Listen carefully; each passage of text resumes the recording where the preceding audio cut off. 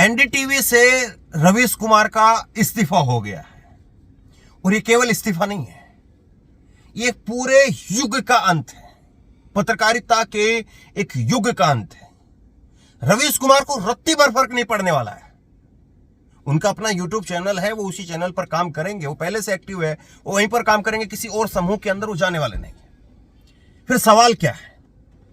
सवाल ये है कि ये सरकार और ये भी कॉरपोरेट क्या एक चैनल को, क्या एक पत्रकार को भी, ऐसे पत्रकार को, एक ऐसे चैनल को भी बर्दाश्त नहीं कर सकते, हजम नहीं कर सकते जो उनको एक्सपोज करता है, उनके बारे में तह में जाकर के लिखता है? क्या आप बताइए कि इस रवीश कुमार का जिस तरह से इस्तीफा हुआ, एनडीटीवी के ऊपर जिस तरह से टेक ओवर हुआ, उसके बाद में अब अडानी के पोर्ट के ऊपर ड्रग्स पकड़ी जाती है, कुछ और गलत होता है, कहीं पर उसके गोदाम जो लगातार बन रहे थे, किसान आंदोलन में एक बड़ा मुद्दा बना, वो चीजें अब उस धार के साथ में, उस अंदाज में क्या एनडीटीवी पर चल पाएंगी?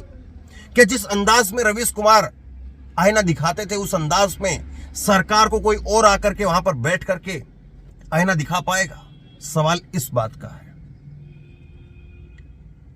अडानी ने अभी कुछ ही दिन पहले जब ये एनडीटीवी का टेक ओवर किया, तब उन्होंने कहा कि हम एक ऐसी मीडिया चाहते हैं, एक ऐसा इंडिपेंडेंट चैनल चाहते हैं जो सरकार के अच्छे किए हुए कामों को भी दिखाए और सरकार के बुरे किए हुए कामों को भी दिखाए। ये अडानी ने कहा था, अभी 4-5 रोज पहले उन्होंने कहा था। सवाल यह है कि अच्छा किया हुआ तो सब दिखा रहे हैं, अच्छा किया हुआ तो ये जितने भी मीडिया चैनल हैं, जितने भी सरकारी एजेंसी हैं, जितने भी जो है वो पीआर हैं, वो सब दिखा रहे हैं। सरकार का अपना डिपार्टमेंट है, वो बताता रहता है, दिखाता रहता है, हर टीवी अखबार में अलग से पैसे देकर के विज्ञापन छपते रहते हैं। लेकिन सरकार की कमियां, सरकार के सामने आईना रखने का काम कौन करेगा? क्या कभी सुधीर चौधरी ने कभी किया? एक मोरबी की घटना हुई थी अभी आखिरी में, मैं गुजरात में उस वक्त में, और यहां पर मोरबी की घटना हुई थी। उस घटना को लेकर के जहां पर इतने लोग मर गए थे, वहां पर भी इन्होंने पत्रकारिता के नाम पर लिपापोती करने का काम किया। किसी का इस्तीफा तक नहीं हुआ अभी तक, किसी नेता का, किसी मंत्री का, किसी डीएम का, किसी कलेक्टर का इस्तीफा तक नहीं हुआ। जो दोषी है वो पकड़े तक नहीं गए हैं, जो मेन दोषी है वो अभी तक कहीं पर उनका एफआईआर में नाम तक नहीं है। आप बताइए, इतनी बड़ी मीडिया है जो अच्छा अच्छा दिखाती है, फिर कहां पर कोई सवाल उठेगा, कहां पर क्या गुंजाइश दिखेगी? एनडीटीवी के एक रिपोर्टर थे, उन्होंने जाकर के दिखाया था कि किस तरह से मोदी जी आ रहे थे तो रातों रात जो है वो ढोल सब कुछ रंग पेंट किया गया। खैर, ये सरकार से मैं ये पूछना चाहता हूं, या सरकार से आप लोग भी इस बात को पूछिए कि जितने ये गोदी मीडिया के बड़े बड़े नामचीन चेहरे हैं, जो सारा दिन मीठा खिलाते हैं, सारा दिन चाशनी में डुबो डुबो करके वो सरकार की प्रशंसा करते हैं, क्या सरकार का पेट खराब नहीं हो जाएगा? क्या सरकार को डायबिटीज नहीं हो जाएगी? बताइए आप इस बात को। ये सरकार क्या अपने लिए बुरा नहीं कर रही है? एक चैनल ही तो था, एक पत्रकार ही तो था, बोल रहा था। और जाहिर तौर पर एक बात और आप समझिए, रवीश कुमार को देखने वाले कोई भाजपा के समर्थक नहीं थे, वही लोग थे जो भाजपा को आईना दिखाने वालों से सहमत हों, तो जाहिर तौर पर वो भाजपा का एक वोट बैंक था ही नहीं। और मीडिया में बहुत स्पष्ट दो धड़े बढ़ चुके हैं, एक इधर एक उधर। और रवीश कुमार यही कहते थे कि वो दुकानदार नहीं है कि बैलेंस करके चले कि 4 चीज ये बता दी, 4 चीज वो बता दी, क्योंकि बैलेंस तो तभी होगा कि जब पूरी मीडिया जो एक तरफ लगातार रसगुल्ले लेकर के खड़ी है, उन रसगुल्लों के सामने कोई नीम की दातुन लेकर के आए और बताए कि देखिए साहब, गांव में ये हो रहा है, छोटे कस्बों में छोटे उद्योगपति वो इस तरह से पिस रहे हैं, वो ये बताए तभी तो हो पाएगा। लेकिन धीरे धीरे चीजें कैसे जा रही हैं, धीरे धीरे कैसे आवाजें खामोश होती जा रही हैं, ये सब आपके सामने है। और जरा देखिए इस बात को इतिहास भी देखेगा, लिखेगा कि कैसे पूरी मीडिया को कैप्चर किया गया। विपक्ष कहीं पर नहीं है, विपक्ष अपनी अलग लड़ाई लड़ रहा है। और विपक्ष के नाम पर अगर मैं प्रमुखता से कहूं तो कांग्रेस पार्टी है, राहुल गांधी हैं, वो सड़क पर हैं। लेकिन बगैर मीडिया के विपक्ष भी कहां तक? सोशल मीडिया की रीच घट गई है, तमाम चैनलों के व्यूअरशिप बिल्कुल डाउन चली गई है। वहां पर 20-25% काम नहीं बचा है, 20-25% व्यूअरशिप नहीं बची है। कैसे वो चैनल चलेंगे? मैं यहां पर गुजरात में हूं, एक किसी विधायक का, एक किसी उम्मीदवार का इंटरव्यू नहीं किया मैंने।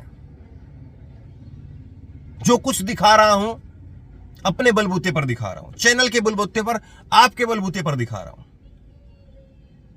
वरना हम भी ऐसे ही 20-25 हजार रुपए, 10 हजार रुपए, 15 हजार रुपए, 5 हजार रुपए इस नेता से लिए, उस नेता से लिए, इसको पकड़ा, उसको पकड़ा, उसके आदमी खड़े करके वहां पर हवा बना दी, 4 सीटें पकड़ ली, 4 सीटों के ऊपर जो है वो वहीं पर घूमते रहे दिन भर। हो सकता है यही हो रहा है, लेकिन लगातार हम घूम रहे हैं, लगातार एक विधानसभा से दूसरी विधानसभा, दूसरी विधानसभा से तीसरी विधानसभा, एक जिले से दूसरे जिले, लगातार घूम रहे हैं।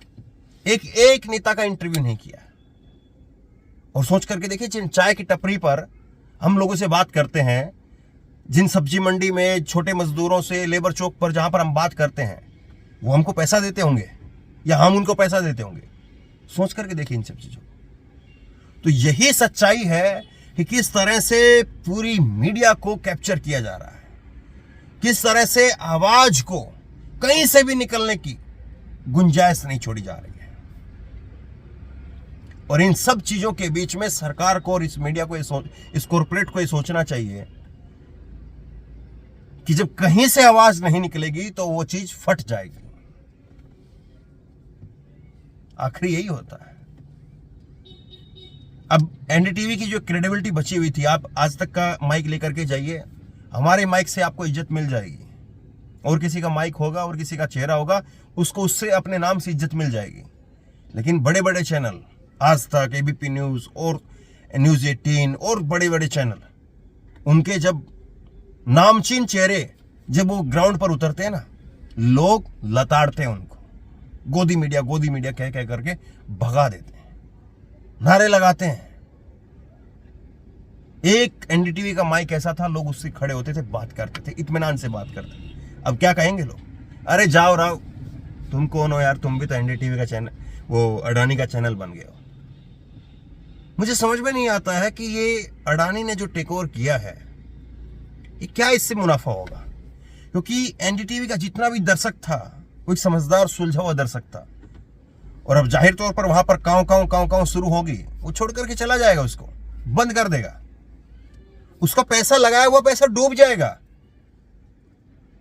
ये जाहिर तौर पर मुनाफा कमाने के लिए नहीं, बल्कि किसी को ठिकाने लगाने के लिए ज्यादा मंशा जो है वो दिखाई देती है। तो बहरहाल, वक्त कैसा भी हो, हालात कैसे भी हो, सांस चलती रहेगी, पांव चलते रहेंगे, ये हाथ चलते रहेंगे, तब तक लिखते, बोलते, लोगों से बतियाते, लोगों की सुनते, लोगों की सुनाते, इसी तरह से चलते रहेंगे। और रवीश कुमार जी के लिए ढेरों शुभकामनाएं। आप, उनका एक ऑफिशियल चैनल है, Ravish Kumar official YouTube channel है, जाइए रवीश कुमार को ताकत दीजिए। बड़ा चेहरा है, एक बड़ा पेड़ है, लेकिन आज उस पेड़ को भी आपके प्यार की, आपके सहयोग की जरूरत है। धन्यवाद। खबर को अभी लाइक करें, शेयर करें, अभी चैनल को सब्सक्राइब करें और घंटी जरूर